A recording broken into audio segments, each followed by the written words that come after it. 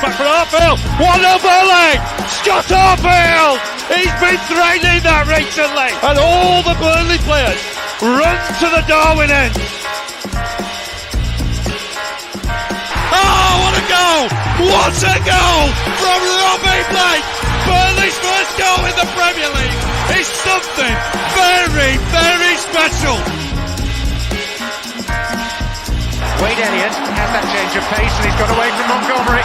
It's the path of McCann and the follow-up finds the net. What a strike from Wade Elliott! A bolt from the Claret and Blue. Oh goodness me! What a goal from Patterson! If that is to be the one that takes them to Wembley, you cannot argue with that. Pure quality. Here goes Mike Conroy. Still time for a winner, maybe. John Francis! They came to York in their thousands. They're going home as champions. I mean, if there's any justice in the world, Burnley would surely score from this corner. Swung right in there. Ball in there. Yeah! Michael Keane! Oh, that's justice! That is justice at the Amex Stadium. Burnley are level and deserve to be.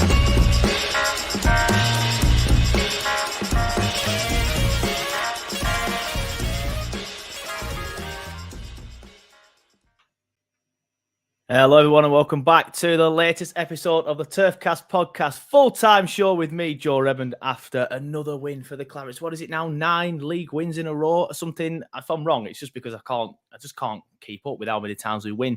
Even when it's something, well, I've got 3 guests waiting, so we're pretty well on guests today. But even when this team look like they're going to get beat, they turn it round and they win. And as one of the guests on Twitter always says, Neil, he says, this team just do not know when they are beaten. And that is spot on. They just do not know when they were beaten. Coventry, first half, were playing so badly. It looked like they created a couple of chances. Big Victor scored at the end of the beginning of the second half. But we just pulled through. We just pulled through yesterday, 1-0 down quite early after a bit of poor defending, potentially a push on Charlie Taylor, but some poor defending for the corner. Didn't learn the lesson from the one just beforehand because obviously Cullen cleared it off the line. Still bounced back. Okay, it was late, but we still managed to bounce back. And what a free kick it was. What a free kick it was. I mean, normally at this point, excuse me, I just say the free kick's already on the channel. Go and watch it because I filmed one myself that I put up as a YouTube short pretty much as soon as full time hit. Stuck it up straight away. Had to. And I did one where I took people's videos from social media. Thank you for everybody who contributed. A few people sent it me. A couple of people I was a little bit cheeky with and just stuck it. But I'm sure you can understand. It were a fantastic free kick and I just had to get a video. So there are plenty of angles out there on the TurfCast YouTube channel. So if you do want to watch the angles one, wait till after this video and go and watch the angles one. But I've got one that I'm going to show now, and it's from the West Brom fans' perspective. And it's always better because the turf, for me, it looks brilliant from the away end because you're looking at the 2 new stands and all the screens and stuff, and the free kick is just sublime. So let's watch it. Here we go. What a free kick.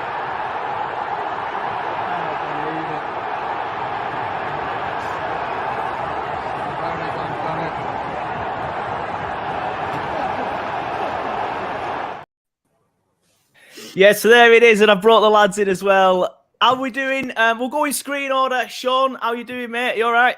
Yeah, not too bad, thank you. Yeah, good, mate. Good, mate. Sam, good to see you. I didn't think you were coming.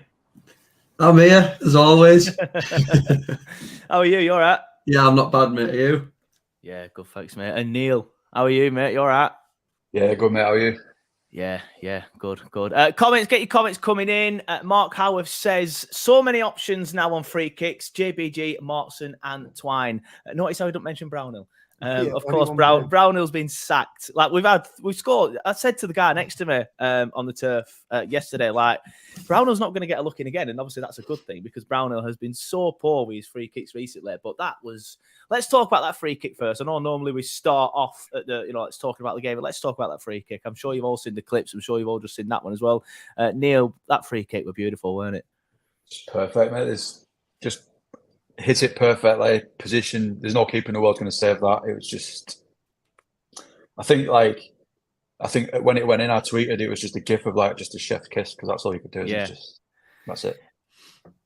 Sam, I looked at the free kick when it was given, and I said to my dad, and he'll be buzzing I mentioned him. He keeps texting me saying, "Oh, Dad's made the podcast again." But I said to me, Dad, it's too close. Surely it's too close. He's going to have to do so well to get it up and down. So maybe he'll smash it. Maybe he'll try and go around the wall, go in the far corner. But he did exactly that, didn't he? He went up and down, and it were perfect. And like Neil says, no keeper saved in that. It were pretty much on a postage stamp. I told you, didn't I, when we signed him? I've said it for weeks. Go back and watch it. I told you, it's moments like this that he's the player for. It looks like it's going for 1-1. You think it's game over. And then you have a player of his quality, comes onto the pitch. And the second we got it, I said, do you know what?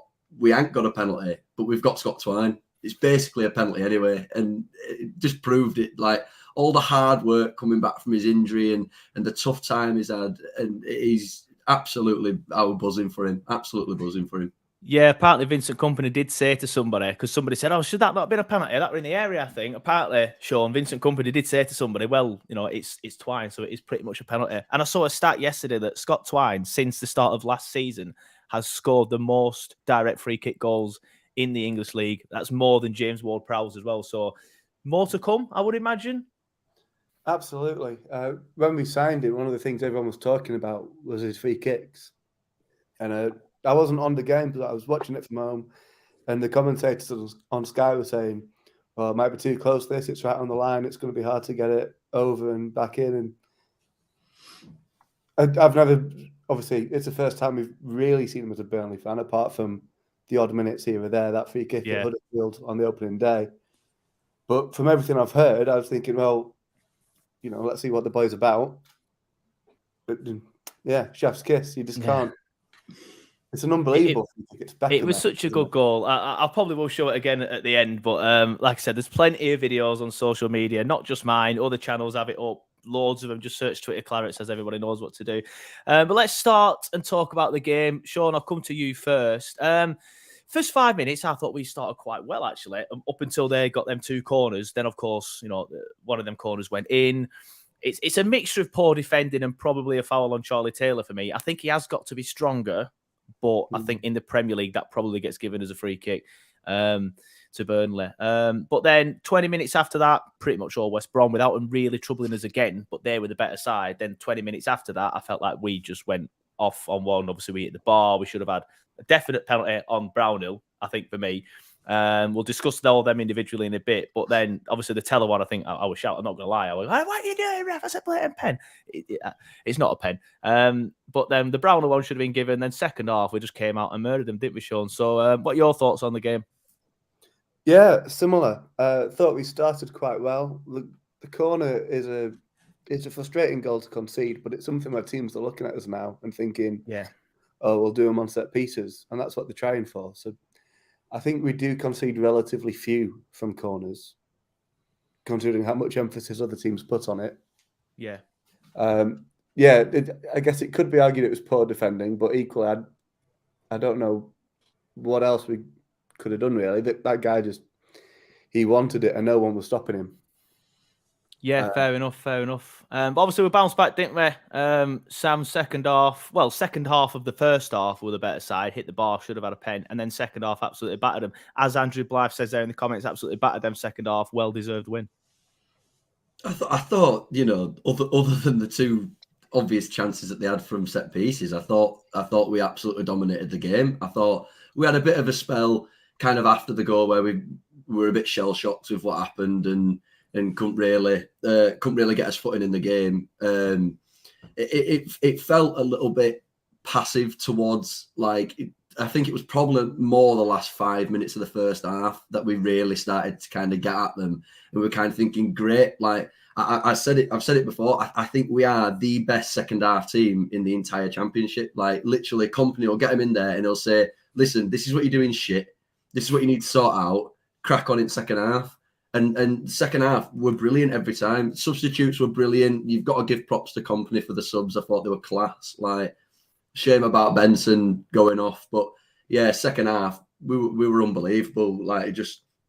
went back to what we're known for, which is keeping the ball, breaking the lines, getting them passes in from fullback to striker and opening play up. And then just, I mean, I have to give a shout out to Zeruri as well. Like every single time I watch that kid play, it honestly gives me heart jitters. He's absolutely fantastic to watch. He's brilliant. And I just thought we were really good and we deserved the win. Yeah, definitely. Neil, obviously there was the Barnes incident as well, which I've missed. So thank you for Chris to pointing that out. That's one of them, like we've seen it and he looks in line, doesn't he? So it's one of them that could have easily gone either way. But we obviously in the Championship, you don't have the benefit of the lines and all that sort of stuff because there's no VAR. I looked at that and thought 5 years ago, that's probably given as a goal. But I think now if the lines are drawn, that may just be offside as well. But obviously, we don't have the benefit of the line, so it could have easily been onside. But of course, Neil, your thoughts on the game? Anything different to add that the boys have already added? No, he said exactly just then. I was going to say our second halves, we seem to be second halves, and Company's in-game management is absolutely superb. I think we first saw it at Sunderland when he changed things really early because it wasn't working. Yeah. And he does that now. He's very quick at adapting and realising something's not working and tweaking and changing it. So his in-game management is superb. And that's why I think we are strong finishers in the second half. And Sam, you said the other week, didn't you? Like, if we're playing poorly in the first half, you are quite calm about it. You don't get carried away. I wish I had that sort of like, calmness about me because I still get, for God's sake, another bad performance here for the first 20 minutes anyway. But you seem to be like, I'm just confident that we'll come back out in the second half and batter him, and that's exactly what we did again. It's watching Burnley for so many years, like, and then watching them in the Premier League, and then nothing changing and all that type of stuff. And then this season, I was exactly the same right at the start. You know, like when it wasn't totally clicking. And I remember being in games thinking, change something, do something. And we still had to realise Company's still a young manager. Like, he's still learning the trade as he's going. He's never been in the Championship. And now I think he's got to a point where, you know, I hate to say it because I don't like to jump the gun, but we are the best team in the Championship. We've got the best manager and we've got some of the best players. Like, and we are playing like that. We're playing like that team. We are that narrative. We're backing it up week in, week out. So us as fans, I've got to a point where I'm just trying to enjoy it now. Like, you know, who knows if we do get promoted, who knows what it'll be like. We could be going and getting stuffed every week, but I have enjoyed this Championship season so much, and I'm just going to keep enjoying it because it's brilliant. Yeah, I remember people saying, like, it's such a tough league. I think I said this last week, but I'll say it again. It's such a tough league to get out of. You won't go down there and enjoy it.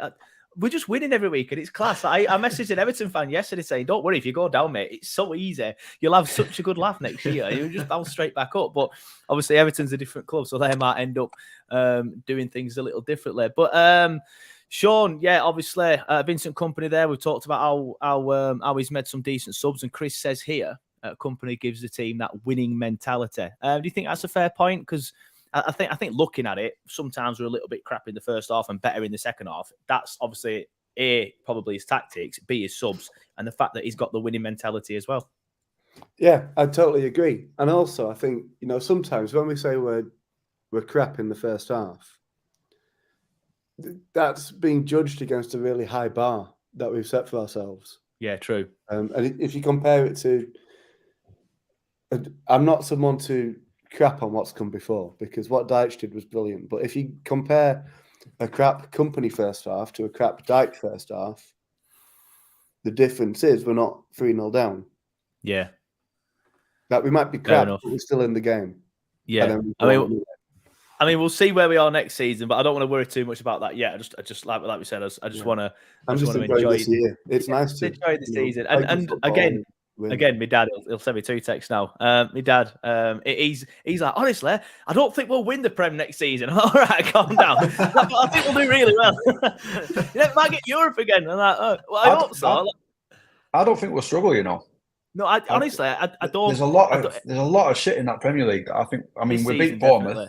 I know it wasn't their full stream, but we beat Bournemouth. We gave Man United a decent game at Old Trafford. And there's a lot of shit in that team. I mean, Liverpool, Chelsea were poor. I would have fancied us yesterday against one of them.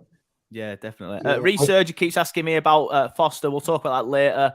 Once we're talking about the game, we've seen a couple of questions about strikers and stuff. So we will talk about Foster later in the show. We'll probably aim for around 45 minutes this week. Who knows if we get chatting well, might end up going a little bit over. But I want to talk about the penalty incidents, and I'll go through each and every single one of you, ask about your penalties and what you thought. Personally, I thought the Barnes one, it's weird, the Barnes one. I've not seen it again, because I've not seen a replay of it. They've not shown it on any of the replays that I've watched anyway. But at the time, I didn't think it was a penalty. The first Barnes one, thought it was a little bit innocuous. Kind of look, like how Barnes does the thing where he looks for it. I think he's doing that.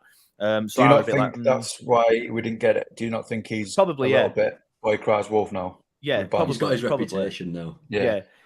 But I don't think that one was, so I'm going for no on that one.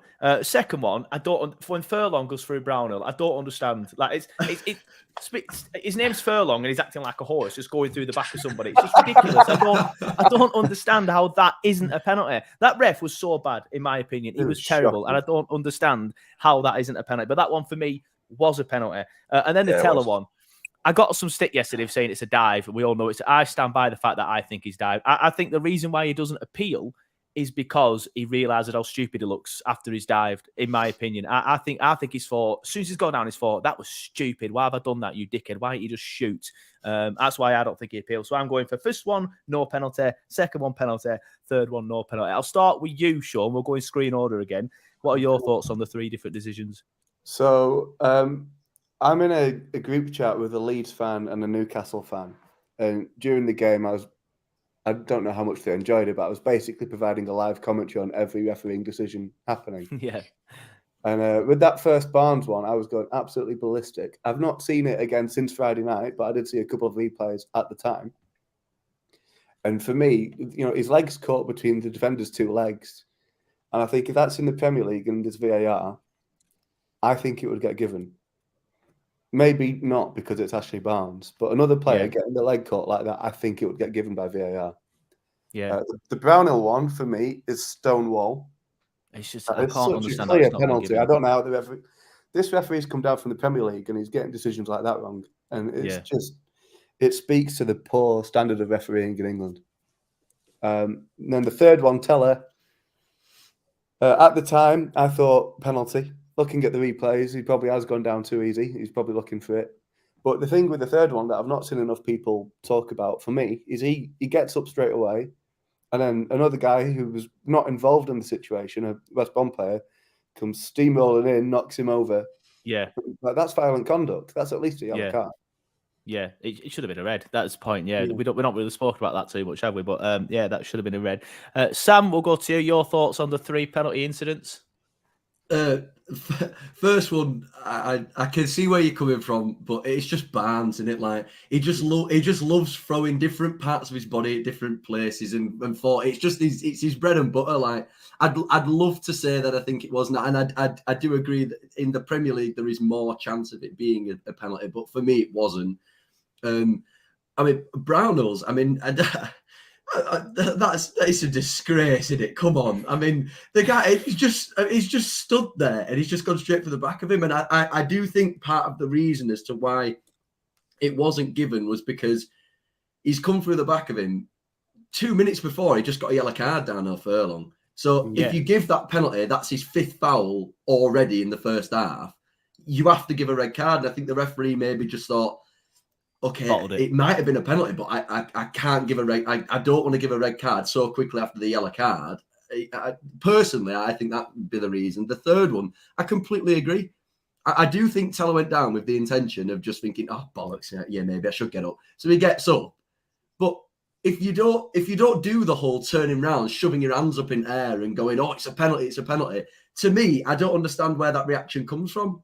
And Malumbi should have had a red card, and that should be a penalty because you can't just run over to somebody like JBL and give him a clothesline from hell. Like that doesn't make any sense. like that is literally just that's a red card and a penalty. And talking on Jared Gillett, I've said it so many times. Every single time he referees a game, he's a referee from the A League in Australia, come over to help the Premier League with VAR. He does about 15 VAR games per season, and he referees about 5 games. And there's a reason. He's shit. He misses every foul. He gives he gives cards away for nothing. He picks a team that he likes based on, I like the colour of the strip. And then he follows that team all game. We had nothing that first half. That from Brownhill's penalty, the ball came back to Maddison. He takes a touch, he gets fouled, and then they go up the other end and nearly score with DK. And I'm thinking that whole phase of play, he got everything wrong. So yeah, fed up of him. Never want him to ref again.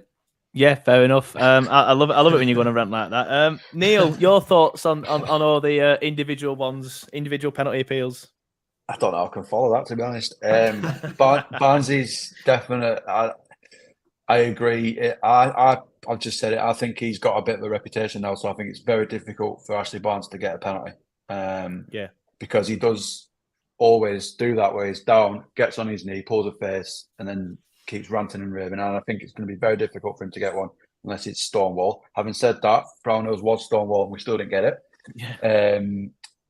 Even though it should have been. And yeah, the dive was just, I don't even think the ref spoke to their player, let alone I don't even think he warned him or anything. I think he watched him barge him over, and then I don't even think he's warned him.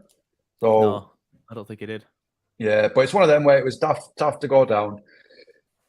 And he realised he looks a bit of a dick for doing it, to be honest. Yeah, I think that's what I mean. I think that's why he jumped straight away. Like, a lot of people were defending him on Twitter, saying, "How's it a dive? He's jumped up straight away. He's not even appealed for it." I think that's why he's jumped up straight away.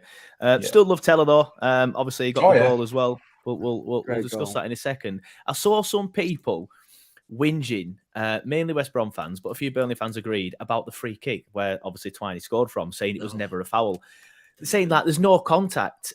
For me, when it's Cullen, isn't it? When Cullen brings his leg up to hit it, the West Brom player makes contact with him there, and then Cullen goes down and hits the ground. I've seen it again on Sky, and even the Sky commentator saying, "Well, that's not a foul. He's just kicked the ground. Like, he's kicked the ground because you've touched him first."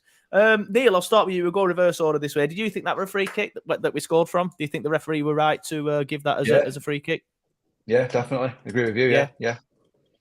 I agree. Yeah, I don't understand how people are complaining about it. Andrew Blythe in the comments says defo contact. There was 100% contact there. And even a West Brom fan froze the incident on the bit where he's kicking the ground. I'm like, put it back 3 frames and it'll show the contact on it. It winds me up. The contact's so clear. My argument on Twitter. The only thing for me was, is it a free kick or is it a penalty? Like, there's definitely contact. Yeah, 100%. And obviously, Sam, I presume you agree that there's definitely contact there. You were literally looking at my argument that the West Brom fan had taken a screenshot of just before he kicks the ball. Wallace even touches him and he goes, "Well, there's no contact." I moved it like a second more, screenshotted that and said, "Well, there's Wallace touching him.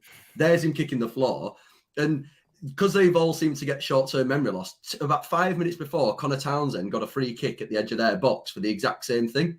Yeah, one of our players. I remember that. Yeah, I remember exactly that. The same.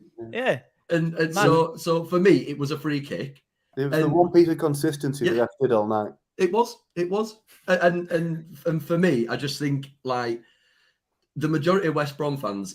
Do you know what? The majority of them were really classy online. Really classy. Some of them, Coventry fans deserve to win. Yeah, exactly. Like, saying they deserve to win. We weren't good enough all the way through the game. I think all you need to do, even if you're a neutral in this situation, is look at the stats and realise how much we deserve to win. I mean, we doubled their shots. They only had 30% possession. These are meant to be, 9 wins on bounce? Like, they only had 2 shots on target. Like, I know we only had like 4, but like our dominance in the game comes from passing movements and everything. But I mean, it was such a weird thing to moan about, the fact that like, there was no contact. It was someone said it in the chat that people looking for excuses. I genuinely think that's what it is, because we get that we're parachute payment FC, even though we're actually not when you look at the stats. They've got nothing that they can come at us with, so they're just trying to clutch at straws. Literally. Last year and years before, it was long ball FC, Brexit, Burnley, anti-football, parachute FC. Exactly, and none of them work, so they're just trying to find anything to have a go at. I don't know if you saw it, but just going with that theme. Obviously, when we signed the Swedish centre back Ekdal after the game, I saw a Blackburn fan somehow tally up his work permit points, and he didn't have enough work permit points to get a work permit. So Blackburn fans will win you saying, "How fair man is this? He's not got enough work permit points." So we're now work permit FC, government Brav FC or whatever. It's just madness. Al Nixon's response to that. No, what was it? Well, he said Burnley know quite a lot about work permits from previous transfers, and they've won the appeal. Oh, fair enough. It was apparently 1 point short of the work permit. Yeah, which is nothing. And then we've had an appeal and it's gone through. Happy days. Just going back to the Cullen incident, Stuart Rose says Cullen's leg as he pulled back, play behind, stops momentum, so defo contact, forces Cullen's foot into the floor. Spot on. Absolutely spot on. And as Chris P, with all the excuses, says other fans are just jealous. But I do want to go back to a comment that Neil made, I think it was you, Neil, about the West Brom fans being classy. It might have been Sam, actually. I agree with that. I did see quite a lot of work. There are a few people whinging, but you're always going to get a few whinges in a fan base, aren't you? But I think in the main, West Brom fans took it quite well and accepted that we were the better side. Even one of the, not really, I go on TikTok, but I'm not really into TikTok as much as some people. But there's a lad called Tom who's a big West Brom fan, who's big on Twitter. Even he at TikTok, even he was saying like, "Oh, Burnley are the better side. They're definitely going to win the league." So that were good to see. Just obviously, we've just spoken about the penalty appeals. Obviously, the Teller one we all agree goes down too easily. Obviously, Teller gets the first goal, and I know the defender's nowhere near him at this stage, so he doesn't go down. But this is why I got frustrated with Teller, because when he's through on goal, you can put your house on him scoring. Like the amount of times he's gone through on goal this year and scored. Sean, I'll start with you. So obviously he gets the goal, and it's a great finish. And again, like I said, you can put your house on him scoring. But that just shows like why you're going down in the first place, if that's what you can do. But a fantastic finish, weren't it? Yeah, and that's why when he went down with this dive, in the moment, I was convinced it must have been a foul, because why would he not shoot? Because if he shoots, he's going to score. That's what he does. So that's why at first I was adamant that's a penalty. He wouldn't go down otherwise. Yeah. And then you look back at it and go, yeah, okay, maybe it has gone down a bit easy. But when he gets in behind like that, and he's done it a few times this season, the one that sticks out to me is Coventry away. And that was an outrageous goal. We had no right to finish that from that angle. But when he gets in behind, he's one-on-one. He is so good. Yeah. And it blows my mind that Southampton went, we don't need that this season. Loan him out. Yeah. But you know what's funny is Southampton fans, they always make the argument, going to you, Sam, Southampton fans always make the argument that, he's good, he's pacey, but he's not a good finisher. Like I said, I would literally put this house on him scoring a goal if he's through on goal 100% every time. He is such a good finisher. And even when he went through, and by the way, what a ball from Zarora. When he went through, he tried to take a touch and he fluffed it. And I said to the guy next to me, not my dad, the other guy, what a shit touch, fucking hell. And then he just smashed it in bottom corner. And I'm laughing with this guy next to me going, what do I know? But absolutely fantastic finish, weren't it? And the guy can finish, Southampton fans, if you're watching. But Sam, what were your thoughts on that? No, he can't. He's awful. You don't want him back. Yeah. The thing is, I said this 2 or 3 weeks ago. If you're Nathan Teller, why would you go back? You got told at the start of the season, after playing well through lockdown and getting a couple of games last season, you got told you're not good enough to play in the Premier League right now. You need to come down to the Championship. And there's no wonder he's smashing it. I bring it up to you, don't I, all the time, Joe? Like that game that he played against Arsenal in lockdown, he absolutely tore him apart. You knew that there was a player in there. So for them to send him down into the Championship and turn around and be like, you're not good enough for Premier League. I think to him, in his head, he'll be thinking, Burnley have given me this opportunity. They could be getting into the Premier League. If Southampton come down and we go up, we offer 15 million quid. He's looking at no other team other than us. He loves playing for us. He absolutely loves it. And you can tell. When he went through on goal, it never in doubt, is it? I mean, that first touch, I have to admit on telly, I saw him do first touch and I was like, oh no.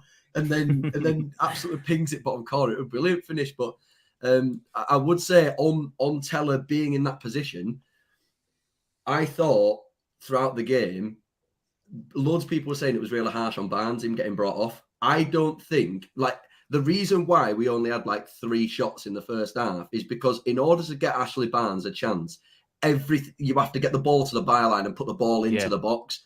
Sometimes, with the way we can play through the middle. We can play a quick 1-2 into the box. We can drill across the box. And what having Teller in that 10 position and bringing Rodriguez in. Rodriguez has better feet, so he can hold the ball up, take a touch, move left and right, play it left and right.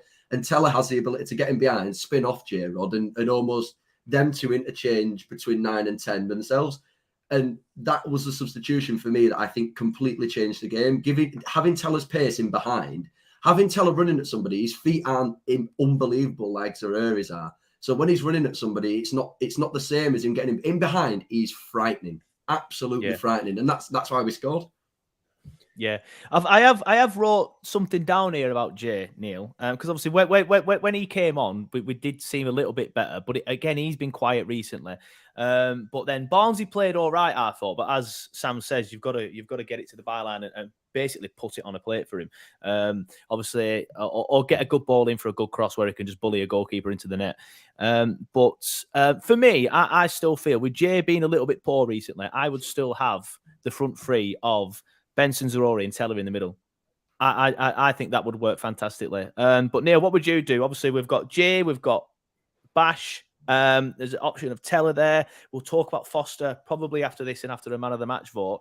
But what would you do there with that front four? And obviously Brownhill just in behind them all as well. So that's sort of like Benson, Teller, Zaroury and Brownhill. That's what I'd do with Jay being a little bit quiet at the minute because that pace in that front four there is frightening. But what would you do, Neil? No, I would do the same, and I think they're interchangeable as well. So I think you could have, I think Zaroury could equally be as effective in the middle if you swapped him with Teller and things like that. So that's what I would do. Jay and Barnes, I think we all know it's probably Barnes' last season. Yeah. Jay, he just looks absolutely knackered, and he was the same last season as well. He got to this stage and he just looks like he's done. So whether his legs are going now or not, I don't know. Which is a shame. But don't forget Twine, as Beck says. Yeah, I forgot Twine. Apologies. Twine, Twine as well. And then obviously we'll see how this new lad beds in and fits in. Yeah, well, he does look good, but we'll get on to that in a minute. Pretty much straight away, actually, because first of all, I do want to see who everybody will vote man of the match. So if you're watching in the comments, get your man of the match votes in now. I'll read some out when after me and the lads have all talked about ours. I'm going to go with Teller. I thought the lad was fantastic. He helps us so much with his pace. Like the reason why we ended up getting in behind Coventry and getting in the game against Coventry was because of Teller's pace, because obviously he brought him on. Yeah, Gudmundsson had already come on and Gudmundsson did very well. I know I've said this on other shows quite a bit already, but I'll just say it again for those who weren't watching them or listening.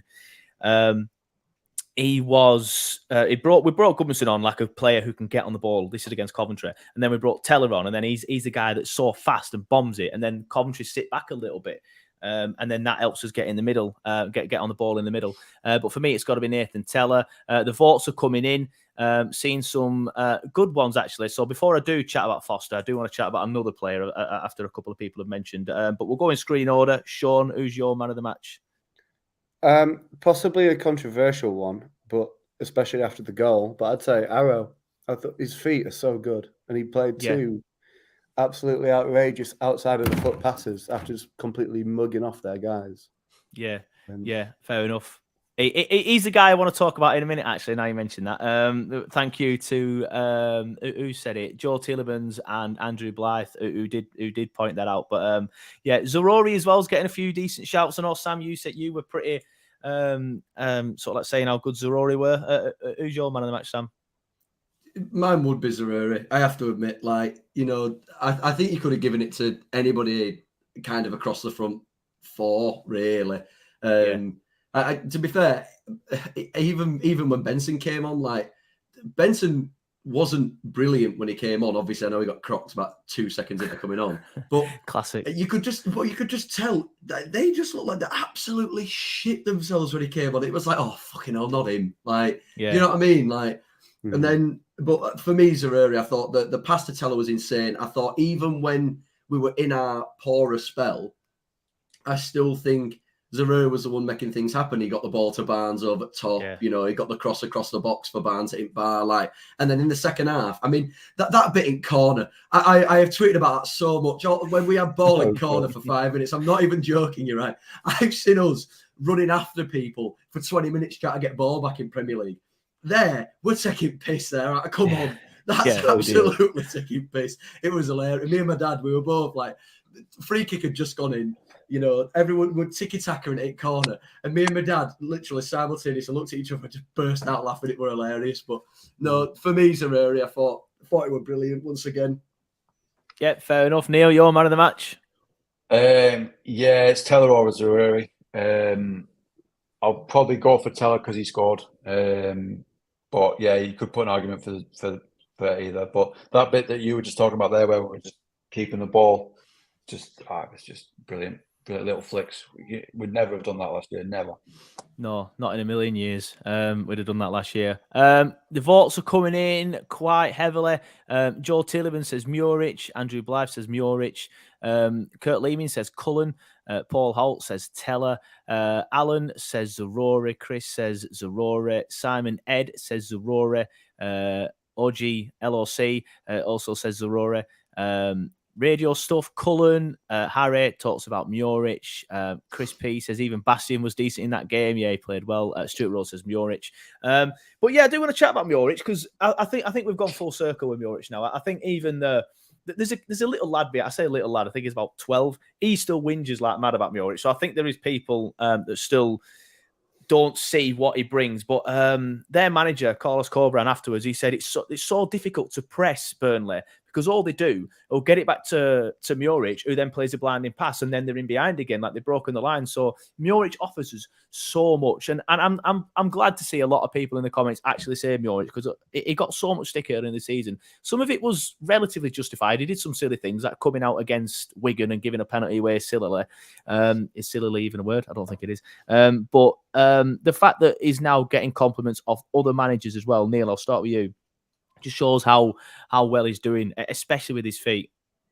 Yeah, no, he's a great keeper. I've rated him all season. I think that people's problem with him at the start is that he's very different to what we had previously. Yeah.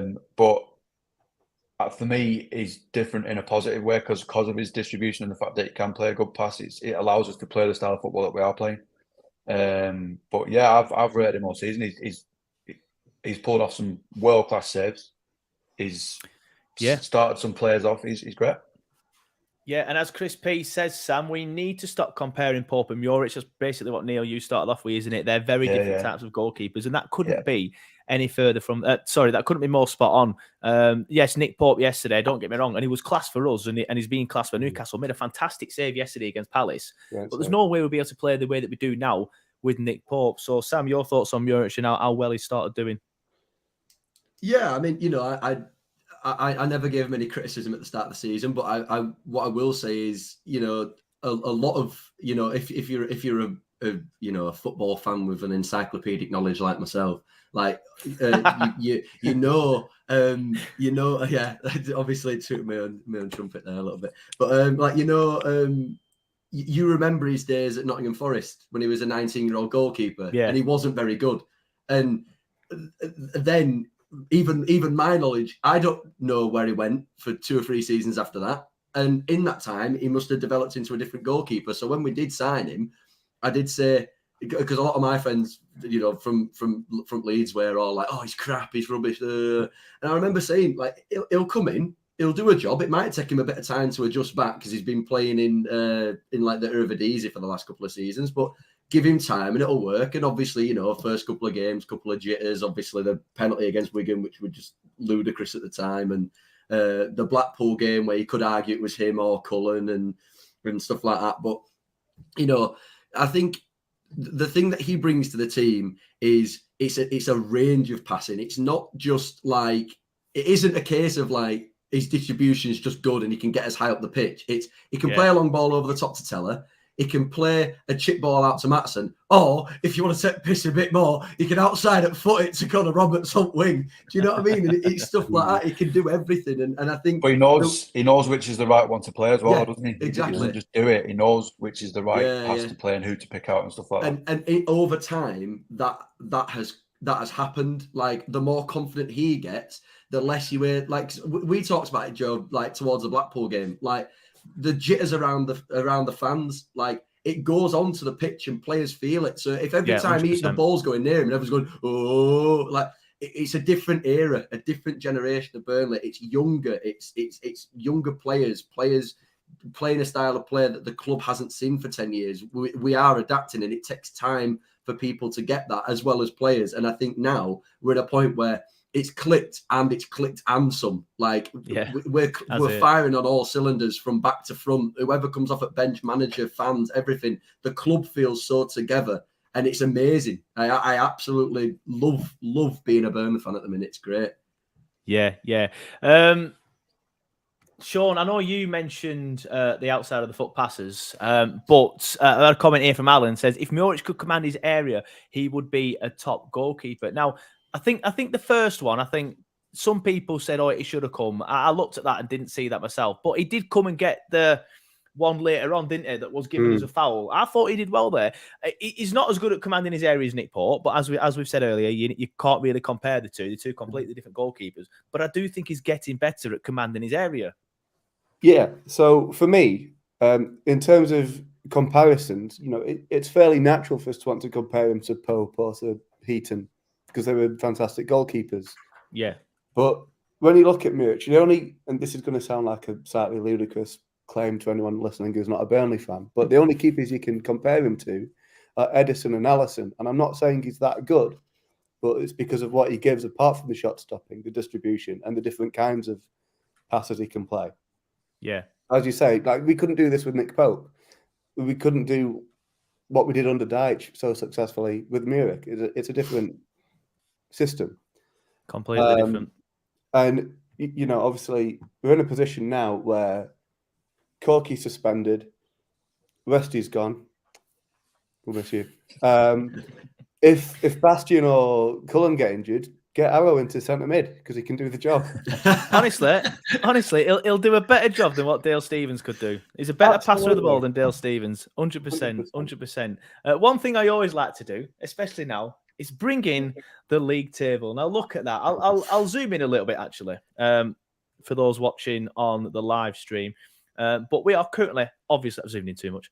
Obviously, top of the league on 62 points. We have a 5-point gap to Sheffield United in second on 57 points. And Middlesbrough have just gone 1-0 down against Sunderland. So that has helped us.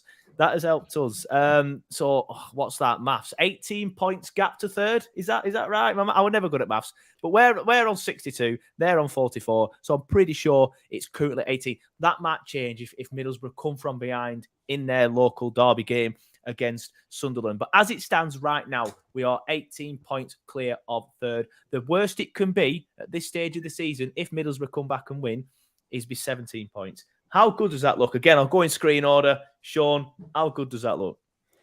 I spent most of yesterday looking at the league table. It's just mesmerising. It's so good. And I was looking at, below us and what's going on. And obviously we've got this huge gap.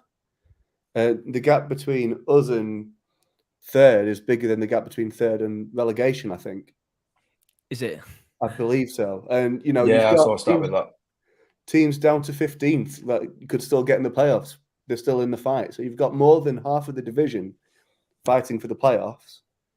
And then you've got us and Sheffield United just riding off into the Premier League sunset. And I don't like to talk early, but I'll say it, we're going up. Yeah, I mean, that's exactly how we're going to start my conversation with Neil. Neil, we're going up, aren't we? We are. Yeah, we are. I mean, it's the goals. Look at the goal scored as well. It's unbelievable, isn't it? It's just ridiculous, isn't it? We are. It's essentially a league of two that's split in two, isn't it? There's us and Sheffield United, and then there's the rest of them.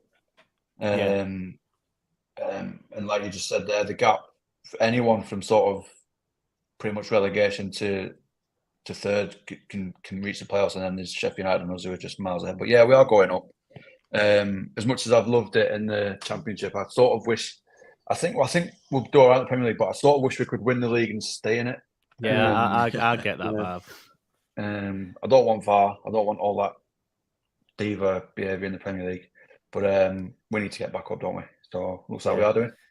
Yeah, 100% looks like we are doing. Andrew Blythe says, so many points clear, and the amount we drop late on in games, it's crazy. Yeah, early in the season, of course, but obviously now I think we've won 17 points from losing positions, which is probably the most in the league. We're just fantastic. And I'll stop putting comments up for a little bit because they do go over Sam's face. But Sam, I think the only thing we need to wrap up now is obviously the Championship title, isn't it? I mean, I do think we'll probably go on to win it. But it's one of them. Like I'm not overly arsed if we do. I would like to win it, obviously, but I do think we would win it. Sheffield United, they apparently didn't play great against Hull on Friday night as well. I've not seen it. I'm just going off what I've seen on Twitter from Sheffield United and Hull fans. So that's why I'm basing that on we will probably go and win the league. And I think they dropped points at QPR, didn't they? Scored a very late goal to get a win. Was they're looking like at the minute, they keep dropping points here and there. Whereas we're just steamrolling through everybody that we play. So that's why I think we will win the league. Sam, what are you thinking? Do you think we'll win the league? Yeah. Yeah, I do. Yeah. I mean, the second half of the season is always much harder.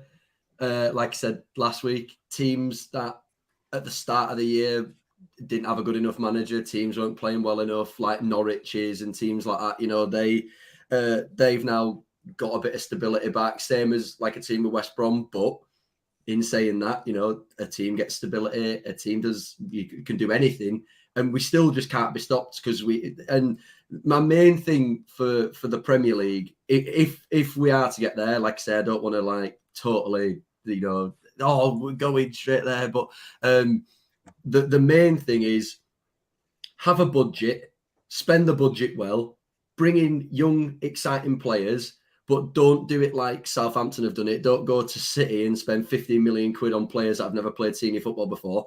Go out and buy us 3 or 4 really good players. I personally think the team that we could go up with only needs, let's say some French league centre midfielder, another centre half. If we can get all the players that we have on loan permanent, like Maatsen and Teller, and then bring in either, a Premier League quality striker, because like we say, like this Lyle Foster, he could come in and be unbelievable, but he's still an unknown in a way. Yeah. He might be Championship. He might absolutely tear the Championship apart, but in the Premier League, he might not be up there. So I think we could do with another striker, but I think wingers wise was set and all stuff like that. And the best thing that you could do is go and have a look at 4th on that table.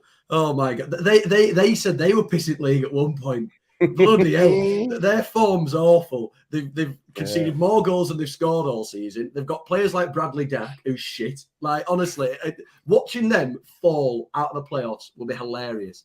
And the fact that the league table is only really 3rd to 24th, who are really all, the Championship's the best league in the world. Us top 2 were just like, it's fun, innit? Piece of piss. Yeah, piece of piss. Speaking of them, go on, Neil.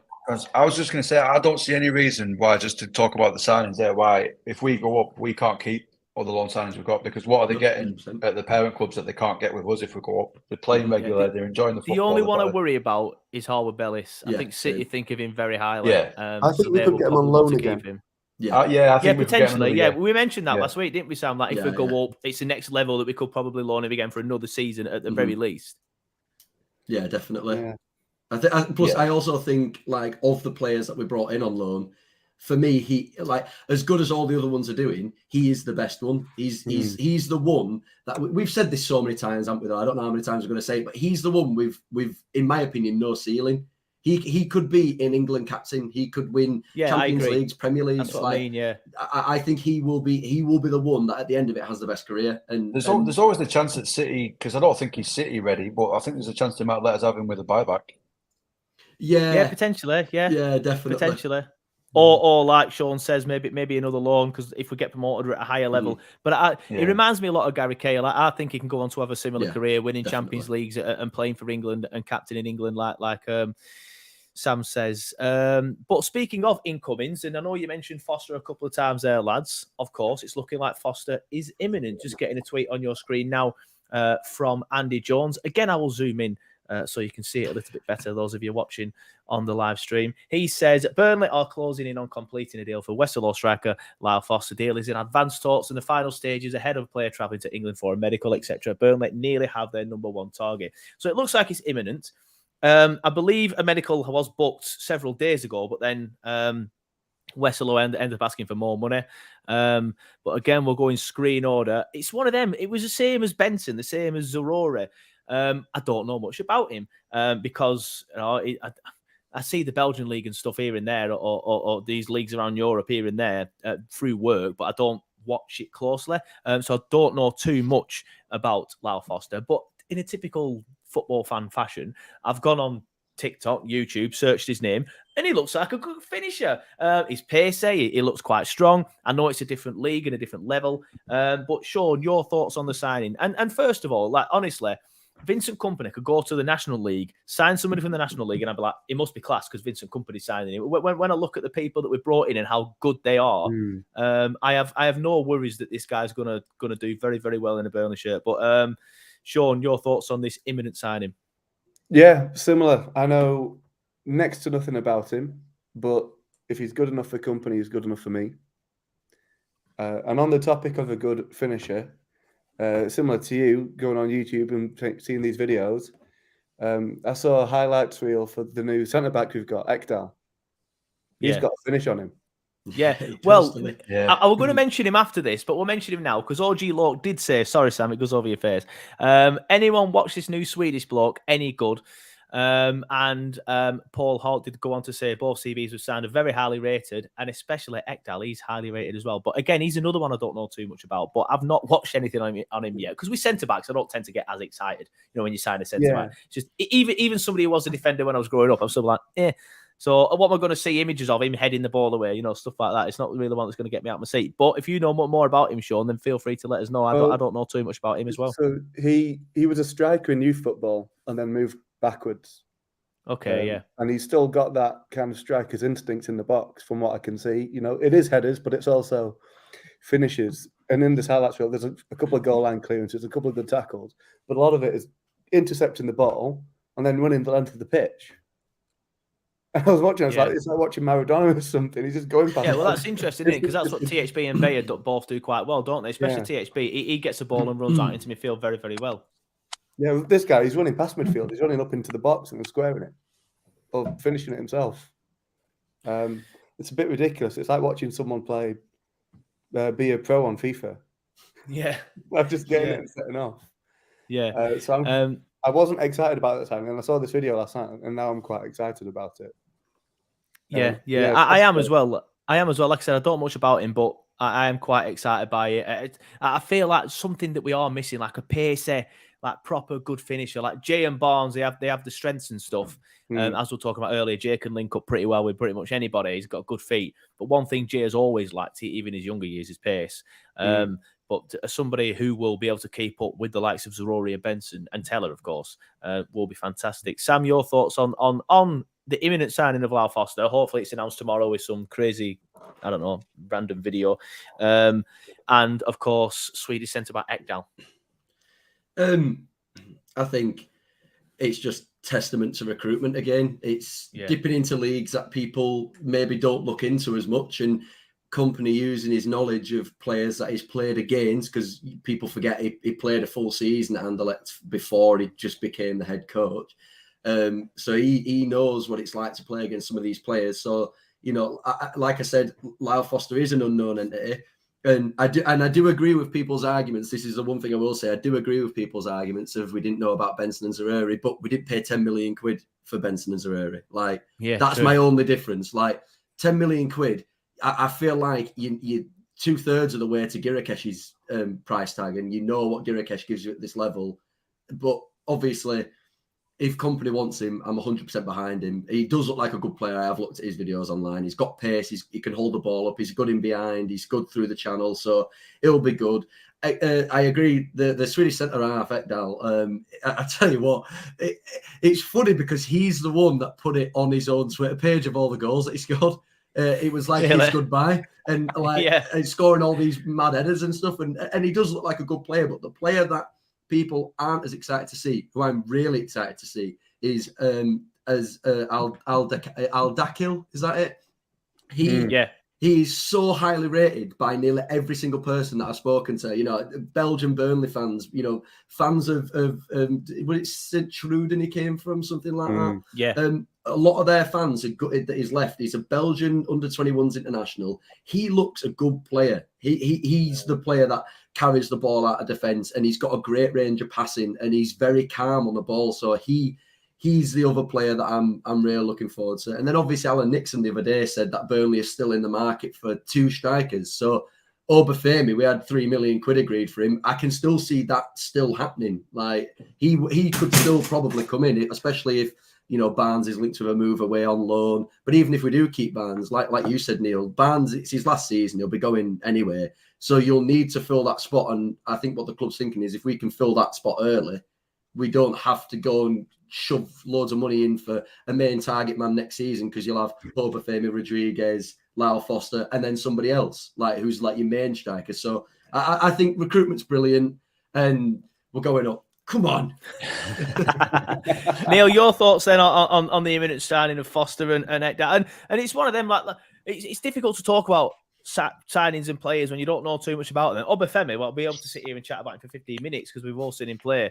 But when it's somebody coming in who's a little bit unknown, like we've said, it's difficult to talk about him. However, when you look at the players that we've signed and how well they've done, then I'm pretty convinced it's going to be a good signing. Yeah, we've got absolutely. There's nothing that there's no one Vincent signed that gives us any doubt. It's he knows better than us, and he's given us no reason to. And I know it's 10 million. It's a lot of money, but it's a striker you always pay a premium for, and it's January where you always pay a premium as well. And if we've got the money, then spend it with Parachute FC, aren't we? Am I right in thinking it's 7 mil that goes up to 10? If that's the latest I saw. 7 mil up front, 3 million bonuses, probably if and when we go up, or a certain amount of Premier League appearances or whatever. But Harry says, according to Alan Nixon, Swansea keep upping their price tag of Obafemi. That's kind of what Westerlo did, didn't they? But we just bought him anyway, because of course we are Parachute Payments FC and we are buying the league, which is always interesting. It's difficult as well. I know we talk about this a lot, but Sam, you were going, and then somebody else as well. Could that somebody else be Weghorst, as Andrew Blythe says? No. See, listen, look, this is why I asked Sam, because I know Sam's a big fan. Have you seen him today, though? Have you seen his moaning about Besiktas today? Honestly, man. The thing is, never happy. I have to admit, that's the side that worries me, is the attitude side. But you can also, in a way, you could also partially flip that and say that he has high standards, not just for himself, but for the people around him. And I have to admit, and we talked about it last week, Joe, it's not a case of, I think just Weghorst has a bad attitude and he's a terrible footballer and we don't need him back. It's this current system and how we are as a team and the professionalism that company has and where we are in the league and where we look like we're going as a club. Weghorst does fit all of that. He fits it tenfold. The reason why he didn't work in the last system was because even though we took the piss and said, Conor Roberts stayed with us, it was really funny when he said, and then Weghorst was like, you don't put the ball in the box. It's true. We never got fucking ball to him. The guy literally had the ball at the halfway line every game and never really got his chance in front of goal. And the two times that he did get a chance, I mean, he was a shit header against West Ham, but that finish against Brighton was how he scored half his goals in the Bundesliga. He was never a towering striker that gets off at floor and goes from 6'7" to 7'3" by how much he jumps. He doesn't jump. He's not jump. Really known for winning headers. I do think in this current system, I do think he'd be good, but I also do agree that there is a level of, has it gone a little bit too far? I think it all gone a bit too far? Yeah. And I do agree with that. I think it's gone too far, and the fact that he's obviously a massive dickhead as well, it doesn't help. Neil, you mentioned something. Then I've not seen anything. You said he's been whinging today about something. Yeah, he said the standard of training at Besiktas was unacceptable and not his level. But it's like, man, you've gone now. What's the point of bringing it up? And when he leaves United, he'll say the same about them because he'll think he's Ronaldo. To me, I think he's got the ego of Messi, but the talent of Crouch. Genuinely, Crouch got 100 goals in Premier League, though. Crouch was decent in his day. I know he did, but he's not Messi, is he? But I think Weghorst's got the ego of Messi and is probably the ability of Crouch. And that's not a dig at Crouch because I love Crouch, but I think that's probably what it is. Yeah. And I don't know. I think he probably does fit this system, but it's his attitude and the disruption that it'll cause to the team that I don't want him back for. Get somebody who wants to be here. Get somebody who's buzzing to play under Vincent Kompany. Look at Ekdal and stuff since he's come in. He's like, Vincent Kompany, love him. Lau Foster said everyone's come in and said, Burnley are building something really good. I want to play for this team. I want to play for Vincent Kompany. I've just seen a comment of Danny Martin, and that's what we'll end it on because we've gone over an hour. I said 45 minutes. I just think we'll sign somebody new. And Sam, actually, you need to go to work, don't you? Fucking hell, I nearly Yeah, forgot about I am that. due to go. Yeah, sorry, right, one more question and then I'll wrap it up. Promise. Yeah, just bring someone in who's new, loving laugh, wants to be at Burnley, that sort of vibe. But that's the wrong comment. I nearly pressed the wrong thing. Danny Martin says, would anyone take McNeil no. back? I would not What take a him back. corker. No. He wouldn't No. get in the team. He would not get in the team right now. We'll go in screen No. order. I've already heard Neil's, so we'll start with Sean. I was gutted when he left, but Benson, Zaroy, Teller, all better than him, all cheaper than him. I could leave him. Yeah. Yeah. The camera's done that weird thing again, but I'm wrapping up anyway. Hopefully you can all hear me. Sam, what would you do? He's shit. Like, seriously. Like, he's so bad. Like, listen, we've said it so many times, right? The reason why McNeil looked so good in our system was because we had nobody with pace and nobody with an ounce of creativity in an aging squad with a lack of investment from an owner that wanted to sell. That's where we were at. Now, you look at him in a Premier League team, and he's not even the best winger at Everton, who are also shite. Damari Gray outplays him week in, week out. Alex Iwobi outplays him week in, week out. And he can go to teams lower down in the league. And Jack Harrison's better for Leeds. That Jadon Anthony's better for Bournemouth. He's one-footed, one-dimensional rubbish. 20 million quid, honestly, I'd take someone's left bollock for that. Like, honestly. Yeah, we had their pants down. And Neil, you immediately said no. So Yeah, well, you probably were seen my back. tweet last night because you put something out about him, and I think at the time we were looking. I'll read my tweet. Essentially, we were looking through Clarets tinted glasses. He stood out in a shit team. He's predictable, like you just said. He's one-footed, and I genuinely don't think he's got the work rate to fit in this team because he slouches around. He doesn't really run around. I think we had their pants down, and we've had a few teams pants down. I think. Because Chris Wood's not exactly set Newcastle on fire. Collins doesn't seem to be doing very well at Wolves either. Nah. At least he's in his comfort zone now. With McNeil, I think there's a really good player in there, but we haven't seen it since his breakthrough season. And I don't know if we ever will see it. His first 18 months, he was decent. After that, everyone's like, oh, Dash coached it out of him. Well, what's the excuse now? Because Lampard is shit under Lampard as well. Lampard couldn't coach a fucking bus though, so Lampard is a dreadful gaffer. Sam, I know you need to go to work, so I'll start wrapping it up now. Thank you everybody for coming on the show. Thank you to Sean, Sam, and Neil. Oh, Neil, not Neil, sorry. Sam, you're the only one with a Burnley page. I'll let you plug it now so people can go and watch it. Yeah, it's the Clarets Roundup page on Twitter. No, don't worry about it. No, Clarets Roundup page on Twitter. Just come over and talk Burnley. I do it every week, and as you say, I say it every week, but I'm going to say it again. I just love to chat. Yeah, so Sean, thanks for coming on, mate. It's good to have you back. It's been a while. Same with you, Neil. Good to have you back. It's been a while. Sam's becoming a regular as well. But thank you to everybody. We've had loads of comments. We've just gone over 150 comments. We've had a lot. It's always been floating up around the 70 mark, 70 live viewers mark. So thank you to everybody for watching. If you joined late and you want to watch the show from the start, as soon as I end this live, it turns into a normal YouTube video after a bit of processing, I think, and then you can watch it again. Or, as Harry says there, let's have a chat. Or if you prefer the podcast version, I will stick it up on podcast pretty much straight away. I forgot to do it last week until the day after. But I will do it pretty much straight away. I am starving, so I might go and have some dinner first, and then I'll come back. But thank you, everybody, for watching. Thank you, everybody, for coming on the show, obviously. Thank you, everybody, for commenting. And just before we go, I will end it on this. But thank you, everybody, for watching, and we will see you next time. Here we go. What a free kick.